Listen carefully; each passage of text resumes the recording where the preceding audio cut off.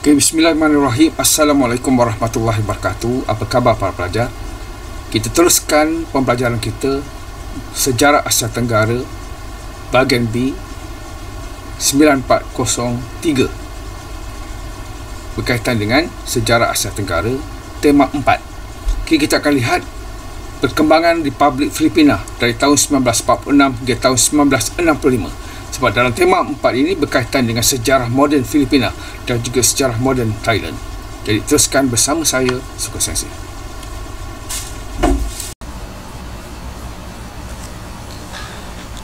Republik Filipina ataupun Republik ketiga diisytiharkan oleh Presiden Amerika Syarikat Henry Truman.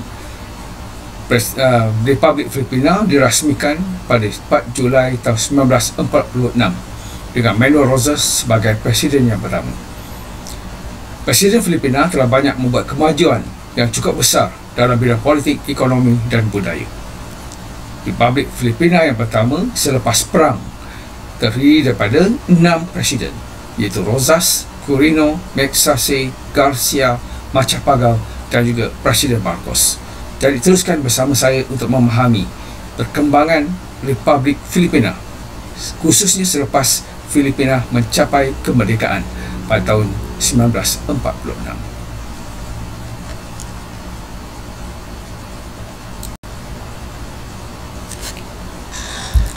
Sebagai sebuah negara yang baru merdeka, Filipina menghadapi masalah di awal kemerdekaannya. Antara masalah yang dihadapi, yang pertama, kedamaian dan ketenteraman. Pada waktu ini, meningkatnya kejadian kerusuhan oleh petani, khususnya di daerah Luzon Tengah, dan kewujudan pembangkang yang bersenjata, terutamanya di kawasan luar bandar. Ini telah mengancam dari segi keamanan dan kesejahteraan penduduk, khususnya di Pulau Luzon dan juga beberapa bahagian di pulau-pulau lain di Filipina. Masalah yang kedua ialah keadaan keuangan. Selepas berlakunya Perang Dunia Kedua, ekonomi Filipina hampir musnah disebabkan oleh bencana perang. Banyak kilang dan pusat-pusat industri tidak mempunyai pengeluaran dan tidak dapat menghasilkan pendapatan. Itu juga dengan kawasan tanah pertanian yang telah lama terbiar disebabkan oleh musnah kerana perang. Jadi krisis kewangan yang bertambah buruk ini telah menyebabkan kadar inflasi semakin teruk. Waktu ini juga berlaku harga komoditi utama telah meningkat naik. Kekurangan pengeluaran makanan, barangan pengguna dan juga bahan binaan. Ini semua ini telah memberi kesan kepada keuangan ataupun ekonomi Filipina. Harga barangan keperluan asas juga melambung dengan tinggi, seperti beras, jagung, barang dalam tin dan sebagainya. Akibat daripada keadaan ekonomi yang tidak memberangsangkan ini, telah menyebabkan orang ataupun ramai penduduk Filipina mengalami masalah kekurangan zat makanan dan ramai antara mereka telah mengalami masalah kebururan. Bahan-bahan yang penting seperti simen, batang besi, kepingan besi, kayu sangat berharga pada waktu itu. Jadi ramai orang Filipina telah tinggal di barung-barung ataupun di kawasan-kawasan yang tidak dihuni, seperti kawasan perkuburan dan sebagainya. Dan masalah ketiga yang dihadapi oleh Filipina adalah dari segi infrastruktur ataupun prasarana.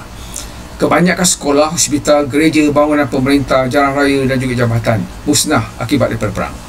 Ini memerlukan belanja yang banyak untuk menguruskan prasarana ataupun infrastruktur yang baru. Kadar pengangguran juga sangat tinggi pada waktu itu. Ini disebabkan oleh sistem ekonomi yang tidak berfungsi dengan baik. Ini antara masalah-masalah penting yang dihadapi oleh Filipina di awal kemerdekaan.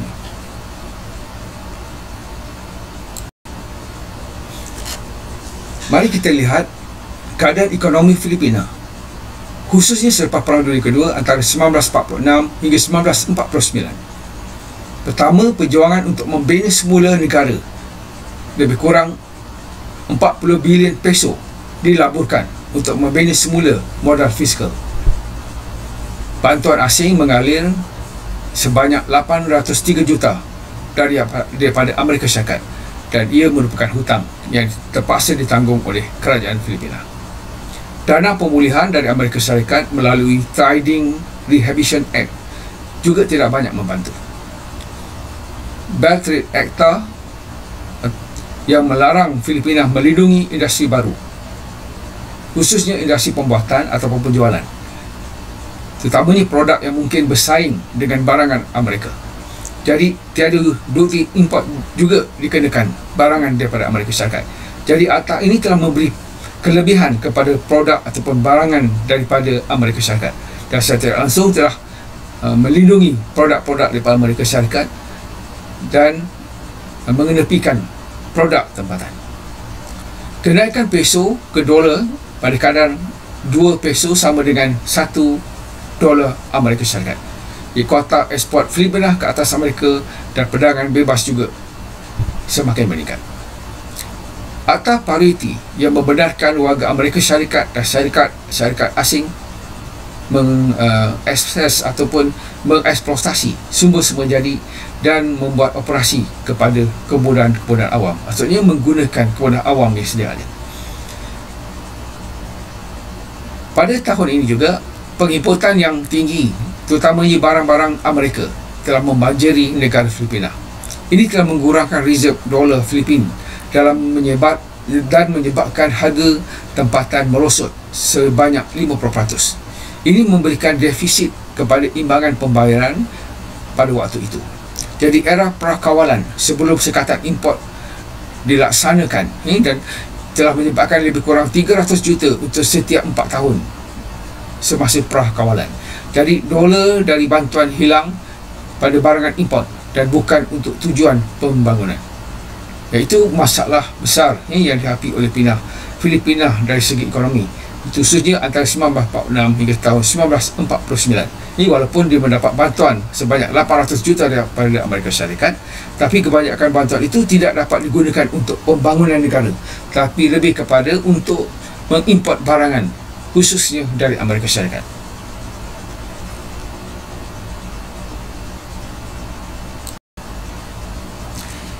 Pada tahun 1950-an, Filipina telah menggunakan kawalan ke atas kewangannya.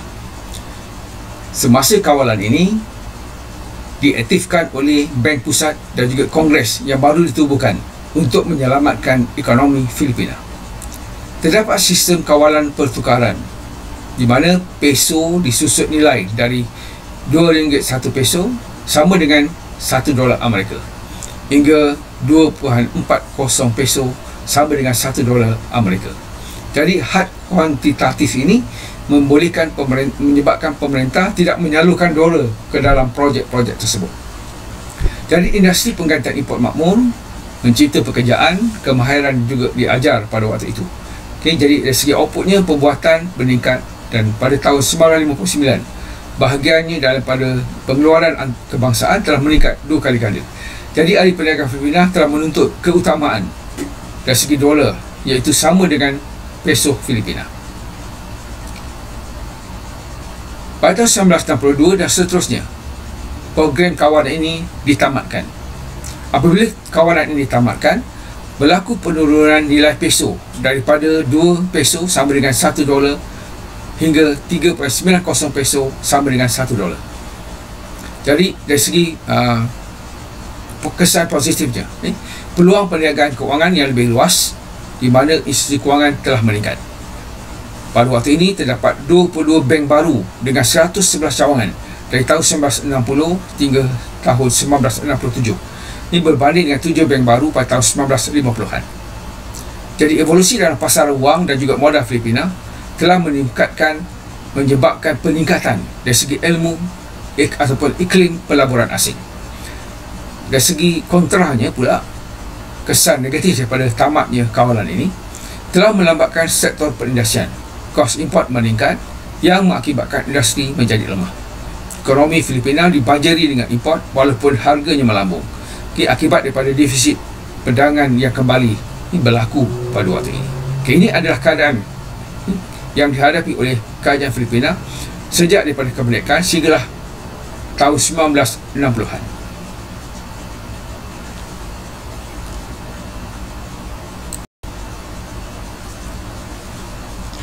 Okey, mari kita lihat peranan Presiden Filipina dalam usahanya memperbaiki dan mengembangkan ekonomi Filipina. Presiden yang pertama, Manuel Aquino Rosas, yang menjadi presiden yang pertama di tahun 1946 hingga tahun 1948. Semasa kepimpinan Presiden Manuel Aquino Rosas, teras kerajaan adalah untuk menyelesaikan masalah yang ditanggung akibat daripada perang. Pemulihan sektor perindustrian, pertanian, industri, perdagangan, pengangkutan, komunikasi dan juga penjagaan kesihatan rakyat. Antara perkara penting yang dilakukan oleh Rosas adalah Undang-Undang Republik Nombor 35. Dalam undang-undang yang ini, kerajaan telah meluluskan penetapan, itu perkongsian antara tuan tanah dan penyewa daripada 30 kepada 70. Jadi reformasi ini telah menyelamatkan penyewa tanah ini yang selama ini ditindas sejak dari sebelum perang lagi.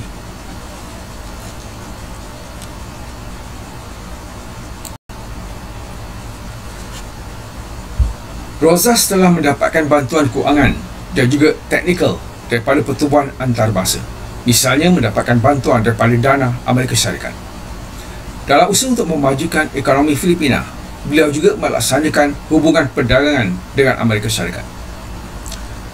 Beliau telah membuat pindaan di mana satu akta yang baru diperkenalkan, itu Parity Amendment to the Constitution, ataupun dikenali sebagai Parity Right, di mana orang Amerika diberi hak untuk melupuskan, mengeksploitasi, membangun dan memanfaatkan semua tanah pertanian, kayu ataupun hutan dan juga mineral di Filipina. Langkah kedua, beliau telah membuat pemulihan keuangan untuk mengimbangi fiskal kerajaan untuk pelbagai operasi. Misalnya melalui penebusan bon oleh Bank Negara Filipina, penjualan harta lebihan perang kepada Amerika Syarikat dan menurunkan kos sara hidup penduduk pada waktu itu. Beliau juga telah menubuhkan Perbadanan Kewangan Rehabilitasi ataupun RFC pada waktu itu.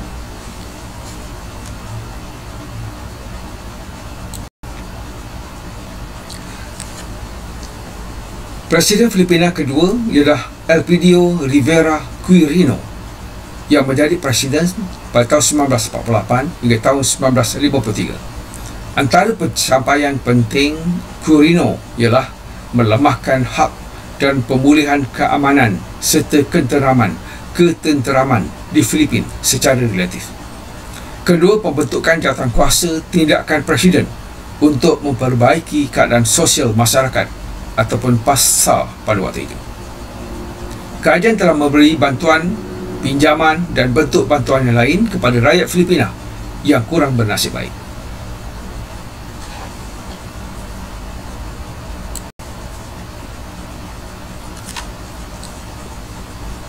Antara pencapaian Quirino ialah penubuhan bank luar bandar untuk memudahkan kemudahan kredit di kawasan luar bandar. Beliau juga telah membuat ataupun menguruskan pentadbiran pembiayaan koperasi kredit pertanian, memulakan persatuan pemasaran koperasi dan kredit pertanian dalam usaha memaju dan meningkatkan ekonomi Filipina dengan mengarahkan Bank Pusat mengawal sistem kredit. Bantuan juga diberikan kepada petani untuk memasarkan hasil tanaman mereka. Dasar ekonomi baru untuk mengembangkan perdagangan dan perindustrian juga diperkenalkan. Beliau juga menghadirkan rancangan pembangunan 5 tahun, namun tidak berjaya kerana terlalu ataupun berlaku penyelewengan dalam pentadbiran seperti rasuah dan pembajaran. Beliau juga cuba melindungi kepentingan kaum petani dan juga pekerja pada waktu itu. Quirino telah meminta bantuan daripada Amerika Syarikat pada tahun 1950 dengan menandatangani satu perjanjian baru, di mana dalam perjanjian ini Amerika bersetuju memberikan pinjaman sebanyak 250 juta Amerika dolar bagi membangunkan Filipina. Malah Amerika Syarikat juga turut memberikan bimbingan dalam urusan penetapan cukai dan juga pertanian.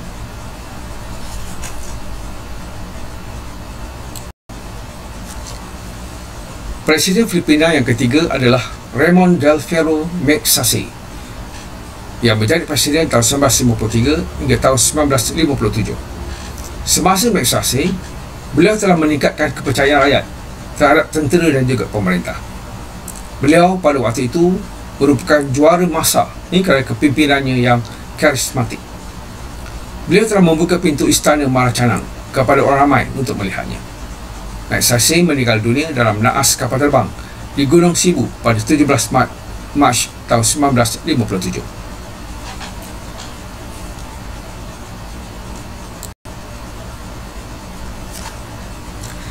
Antara pencapaian luar biasa Magsaysay, pertama, peningkatan wilayah ataupun barriers dan pelaksanaan program pembantu Presiden Pembangunan Masyarakat ataupun PACD di seluruh negara. Beliau telah mempromosi nasionalisme secara positif, seperti penggunaan pakaian tradisional semasa fungsi sosial dan juga politik. Beliau juga menggalakkan penggunaan bahasa Filipin. Beliau juga telah membangunkan ataupun menambah baik dari segi kemudahan prasarana dengan pembinaan telaga atis dan juga sistem air yang lebih baik. Ini perlu untuk menyediakan air minuman yang bersih kepada penduduk, khususnya di kawasan luar bandar. Ini juga satu usaha untuk meningkatkan tahap kesihatan dan juga memperbaiki sistem tumbuhan di Filipina. Beliau juga menubuhkan pembentukan jawatankuasa aduan dan juga aduan dan tindakan presiden ataupun PCAC. Jadi dengan ini membantu menjadikan pemerintah benar-benar pemerintahan rakyat.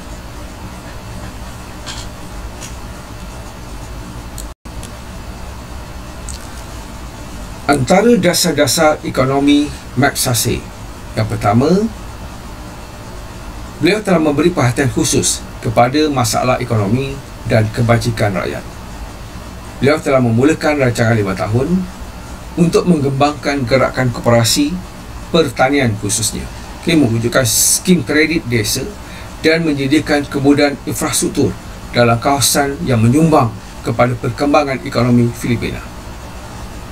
Seterusnya, Magsaysay juga telah mengadakan perhubungan dagang dengan Amerika Syarikat dan memperlihatkan wujudnya peningkatan perdagangan antara Filipina serta mengadakan undang-undang tidak menjual barangan luar dan juga perdagangan ekspor import kecuali Amerika Syarikat untuk melindungi industri tempatan.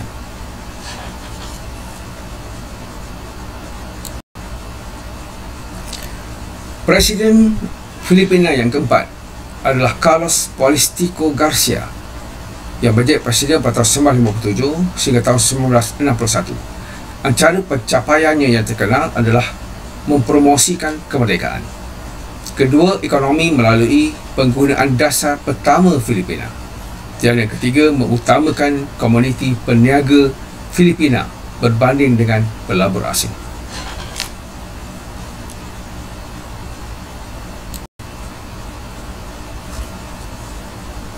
Antara pencapaian beliau adalah pembentukan Martabat Filipina sebagai rakyat bebas untuk berurusan dengan kuasa asing dari segi persamaan dan juga kedaulatan. Pencapaian ekonomi yang seimbang memberikan dorongan yang setara untuk pertanian dan industri.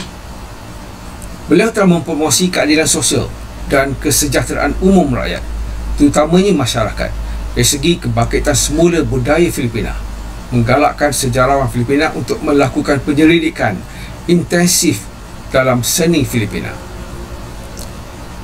Carlos Garcia, kalau kita lihat, masih meneruskan dasar-dasar ekonomi Magsaysay dalam membangunkan ekonomi Filipina. Buktinya pada tahun 1961, Filipina menjadi pengeluar kelapa kering dan gula terbesar dunia.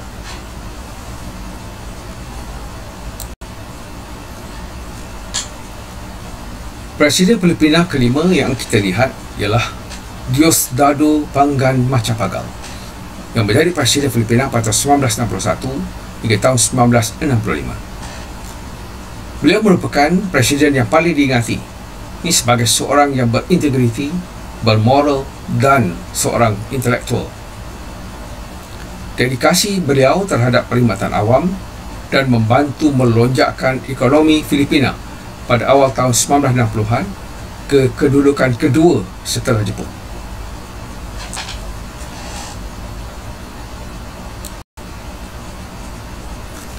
Pencapaian yang ketara semasa pemerintahan Presiden Macapagal. Pertama, beliau telah memperkenalkan apa yang dikatakan sebagai era baru Filipina. Beliau telah melancarkan program sosioekonomi 5 tahun dan usaha yang ditentukan untuk pertumbuhan semula ekonomi dan juga nilai-nilai moral masyarakat Filipina. Beliau mengembalikan semula kegiatan industri secara bebas dan penglibatan swasta dengan meletakkan pembangunan ekonomi di tangan penguasa swasta melalui campur tangan yang minimum oleh pihak kerajaan. Program pembangunan tanah adat dengan menghapuskan penyewaan tanah yang berusaha sahabat di negara itu. Jadi kod pembaruan tanah pertanian tahun 1963 telah diperkenalkan, di mana pembelian tanah ladang persendirian yang diagihkan kepada tanah kecil kepada penyewa tanpa tanah dengan bayaran jangka mudah. Jadi petani mendapat peluang yang selama ini menyewa tanah kepada tuan-tuan tanah telah mendapat tanah yang diberikan oleh kerajaan untuk diusahakan. Penggunaan bahasa Filipina sebagai bahasa kebangsaan juga ketara pada waktu ini, di mana bahasa Tagalog digunakan ini dalam pemberian tauliah diplomatik, pasport, cap, papan tanda lalu lintas dan juga mercu-mercu tanda di Filipina.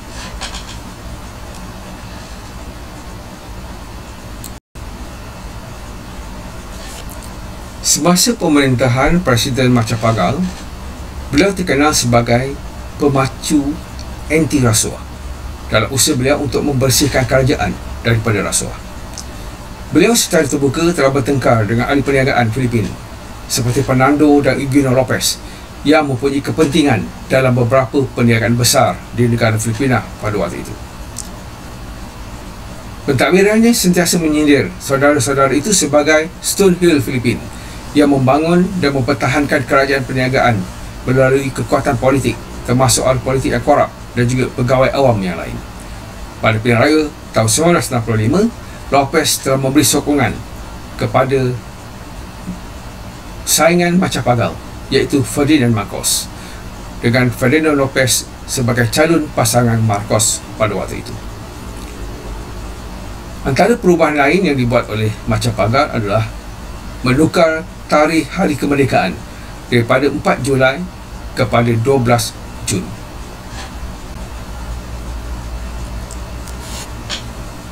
Selain daripada itu, Macapagal juga cuba untuk menjadi orang tengah dalam krisis Amerika Syarikat dan Kemboja. Dia juga cuba untuk menjadi orang tengah dalam konflik antara Malaysia dan Indonesia. Jadi usaha beliau dalam politik antarabangsa sangat jelas, di mana penyertaan yang lebih besar dalam usaha dunia dan tanggungjawab atas penubuhan. Beliau juga bertanggungjawab atas penubuhan Mapilindu, iaitu gabungan antara Malaysia, Filipina dan Indonesia. Beliau juga telah membawa tuntutan terhadap Sabah pada 12 September tahun 1962, di mana Sabah menyerahkan kepada Filipina kedaulatan penuh, gelaran dan kekuasaan yang diserahkan oleh Sultan Sulu Muhammad Ismail Ikram yang pertama kepada Republik Filipina. Filipina memutuskan hubungan diplomatik dengan Malaysia setelah persekutuan memasukkan Sabah pada tahun 1963. Ini antara isu-isu politik yang dibawa oleh Macapagal semasa menjadi Presiden Filipina.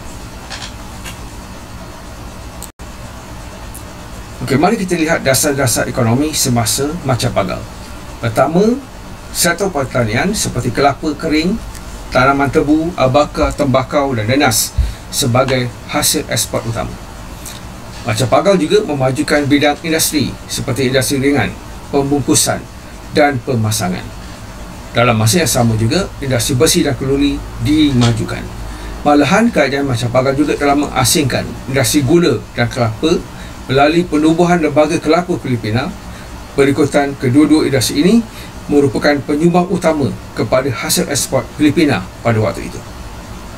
Beliau juga telah melakukan transformasi dalam sistem pemilikan tanah, di mana pemansuhan penyewaan dan program reformasi tanah yang disertakan dalam Kanun Tanah Pertanian Pembaruan pada tahun 1963 terusaha untuk memerangi kemiskinan secara besar-besaran. Beliau menandatangani pemansuhan tersebut pada 8 Ogos 1963. Hal ini bertujuan untuk menghapuskan perhambaan terhadap penyewaan tanah sekaligus memberi kebebasan dan keselamatan kepada petani di tanah milik mereka.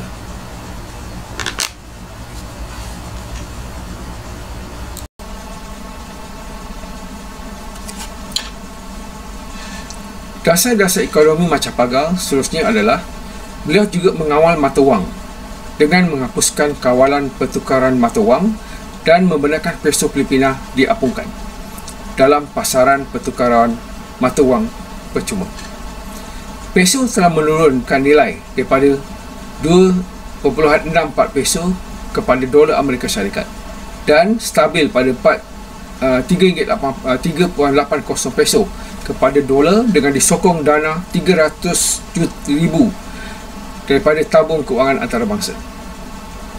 Pada 21 Januari 1962, selepas bekerja selama 20 jam berturut-turut, Presiden Macapagal akhirnya menandatangani Dekri Bank Negara yang memasukkan kewangan pertukaran dan mengembalikan negara kepada perusahaan bebas. Dari segi ekonomi juga, dalam usaha untuk menyelesaikan masalah pengangguran yang merupakan salah satu masalah utama negara Filipina semasa pentadbirannya, beliau telah mewujudkan pentadbiran pekerja asasi ataupun EEA, di mana bantuan ini menyediakan lebih banyak peluang pekerjaan untuk penduduk Filipina bagi membolehkan mereka mengatasi masalah kemiskinan dan meningkatkan ekonomi negara. Presiden Macapagal berjaya mencatat kemajuan ekonomi yang stabil dan purata pertumbuhan KDNK tahunan pada 5.15% bagi tempoh 1961 hingga tahun 1965 dan membela nasib golongan rakyat biasa serta mewujudkan asas yang kukuh untuk pertumbuhan ekonomi Filipina pada masa hadapan.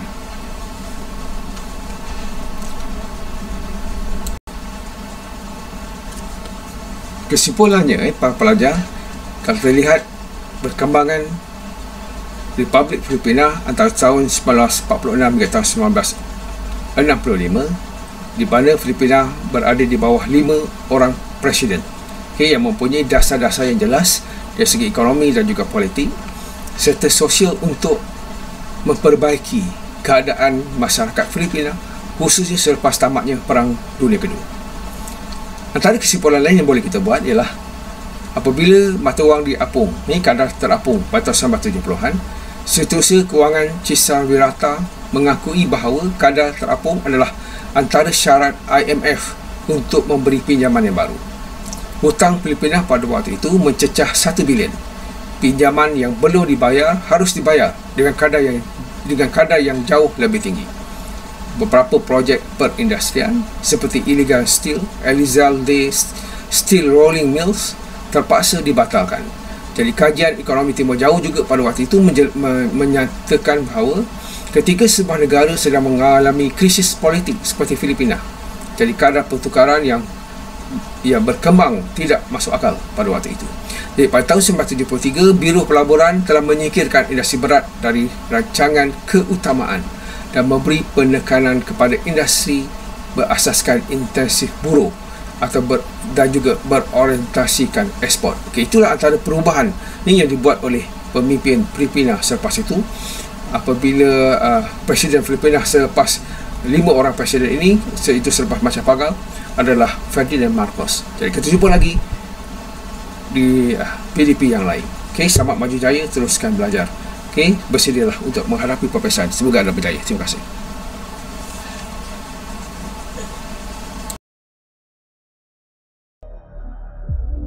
Minit bersama Suko Sensei.